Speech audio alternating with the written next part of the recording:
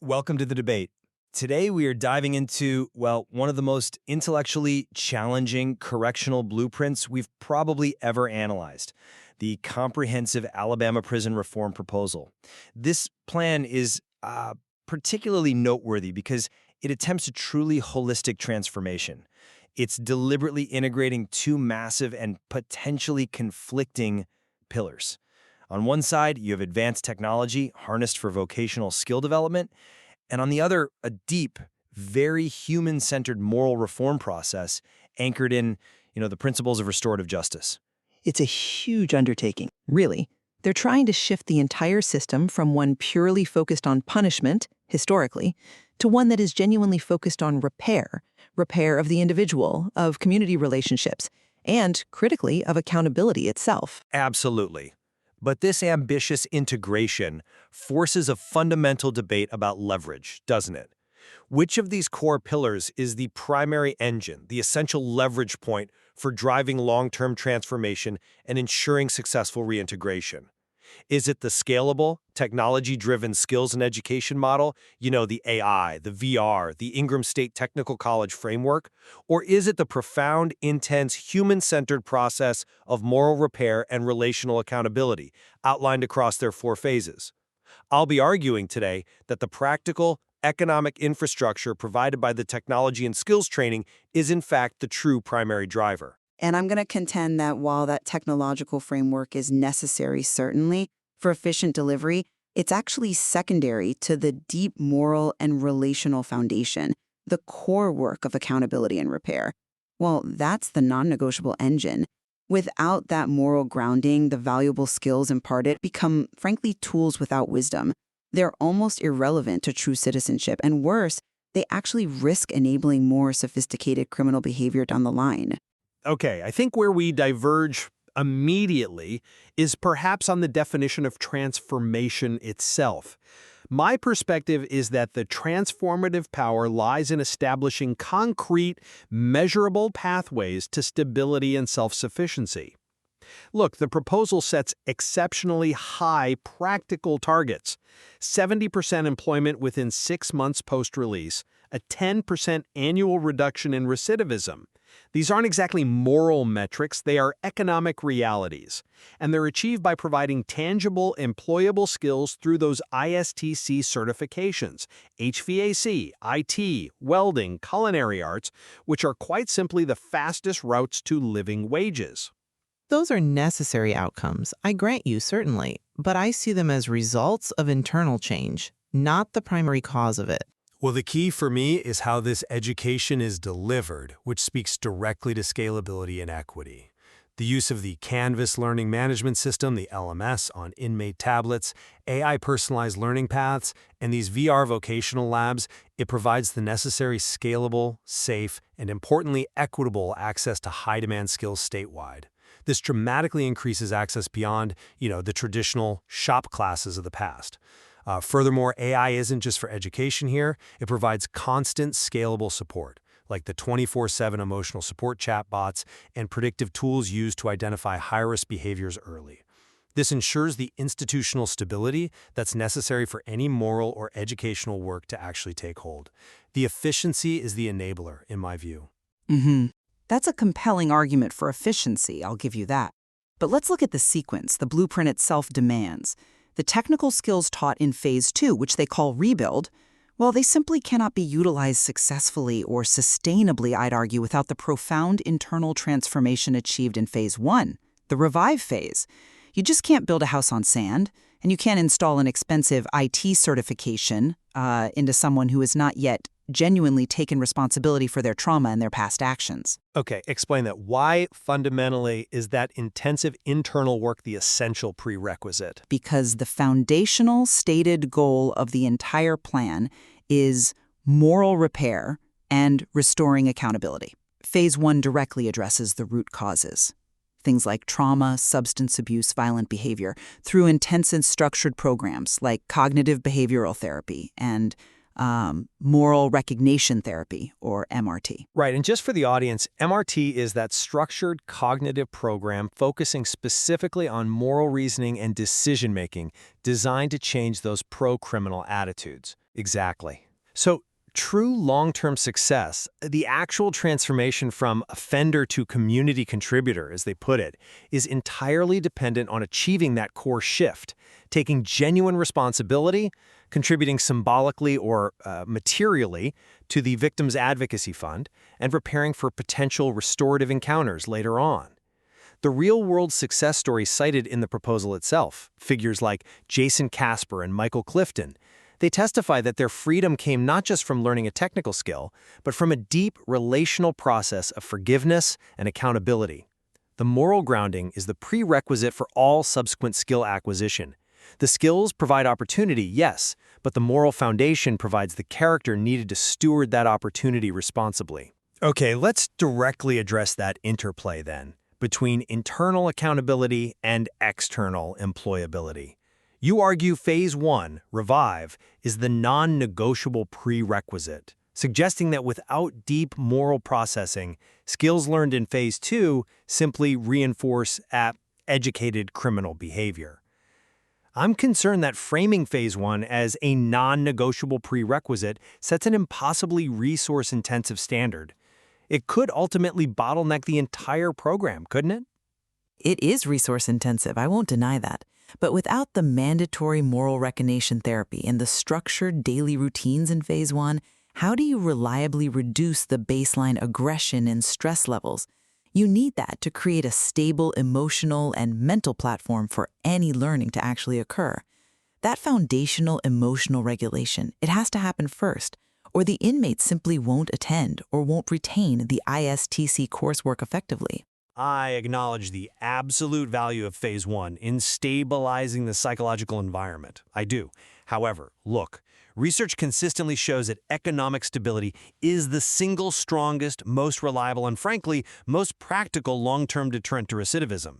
The proposal mandates ambitious goals, like a $12,000 savings target and opportunities to earn real living wages through the Prison Industry Enhancement Certification Program, PICEP, and work release in Phase 3.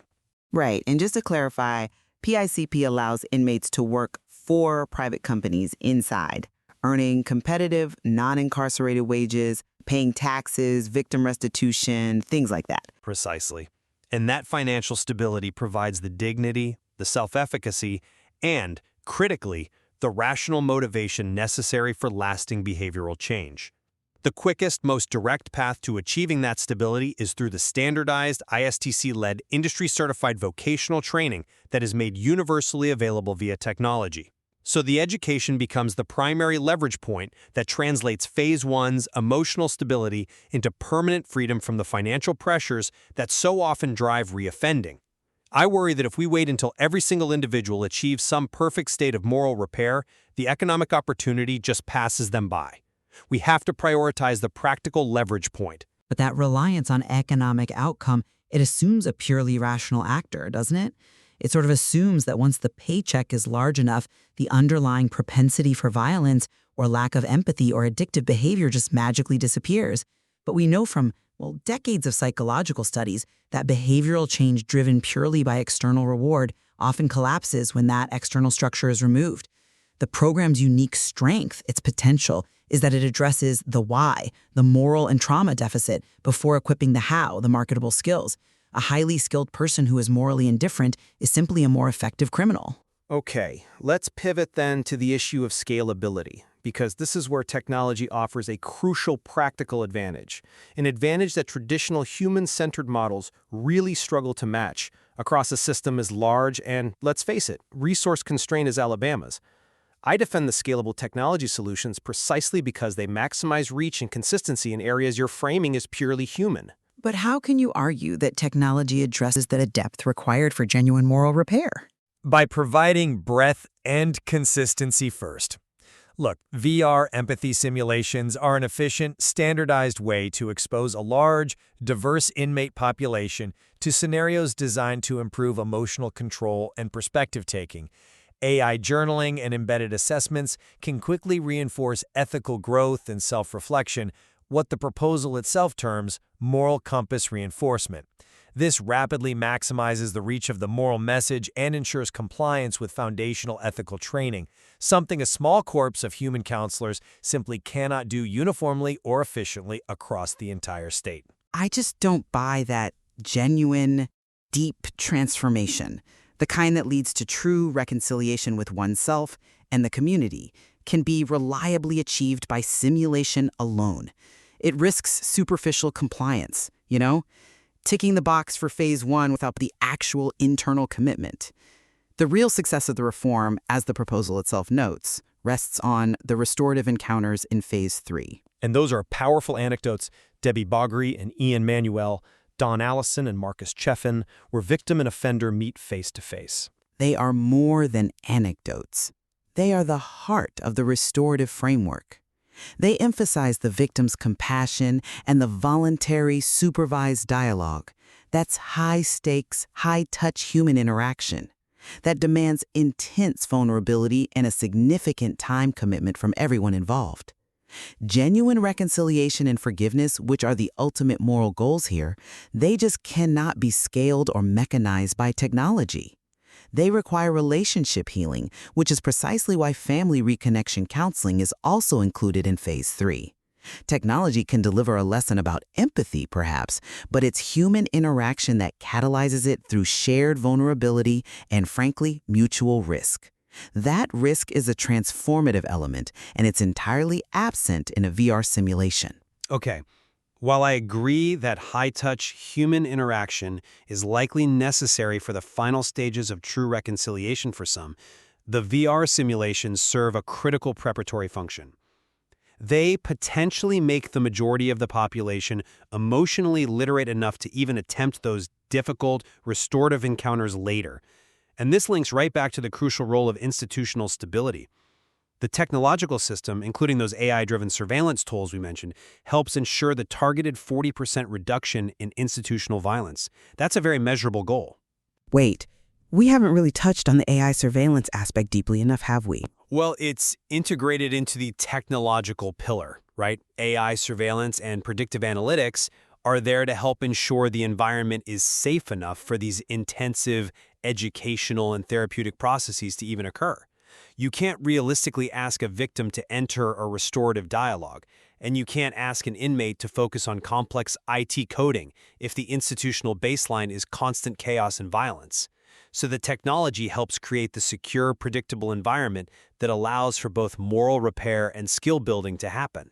Its primary function is enablement, driven by measurable security metrics. But that raises a critical logistical hurdle, doesn't it? If the technological system is primarily responsible for institutional security and educational delivery, what happens if there's a major infrastructural failure, a power outage, a system crash? The Moral Repair Foundation, the CBT, the MRT, the psychoeducation, that's inherently decentralized. It relies on individual processing and human counselor intervention. The technological system is centralized, complex, and highly technical. Relying on it as the primary driver introduces a singular point of potentially catastrophic failure. The moral framework, while maybe slower, seems more inherently resilient and distributed. That's a valid point about resilience, certainly.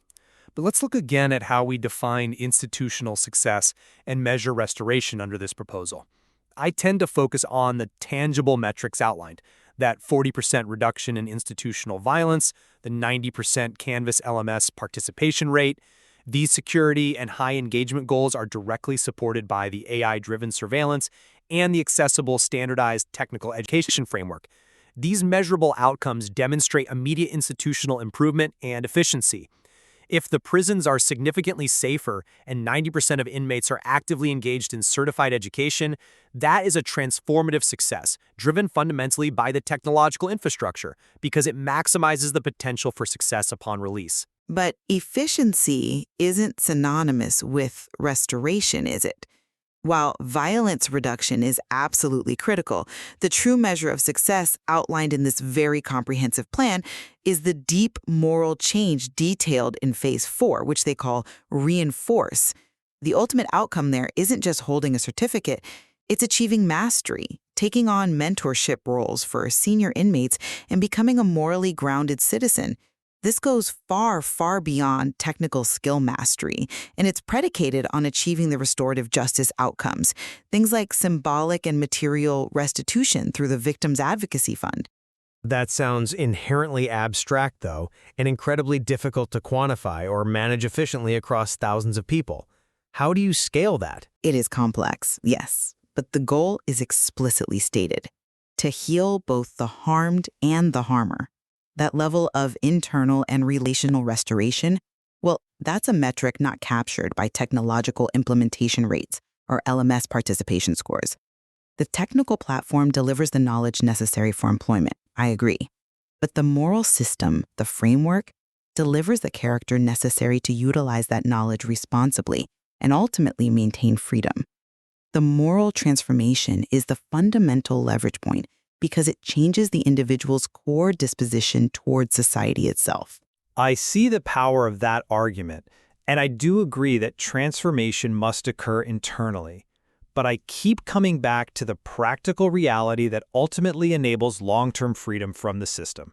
The proposed outcomes, reduced recidivism, successful community reintegration, these are ultimately dependent on the practical, scalable reality of marketable skills and economic opportunity.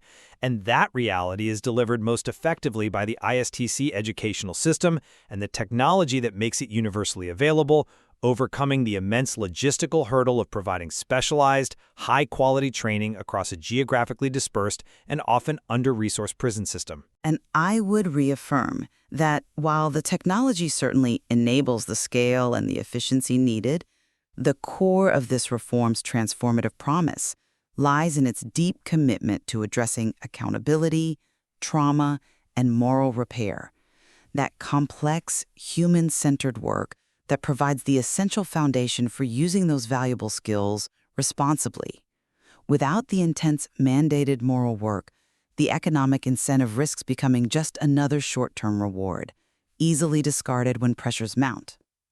Ultimately, it's clear both systems, the scalable technological delivery system and the structured moral framework, are tightly integrated and designed to be mutually reinforcing in this proposal. They absolutely are. And understanding which element provides the truly essential leverage point for permanent behavioral change, is it the economic self-efficacy route or the internal moral repair route? That remains the key question for evaluating the long-term viability and success of this unique and incredibly ambitious comprehensive reform effort.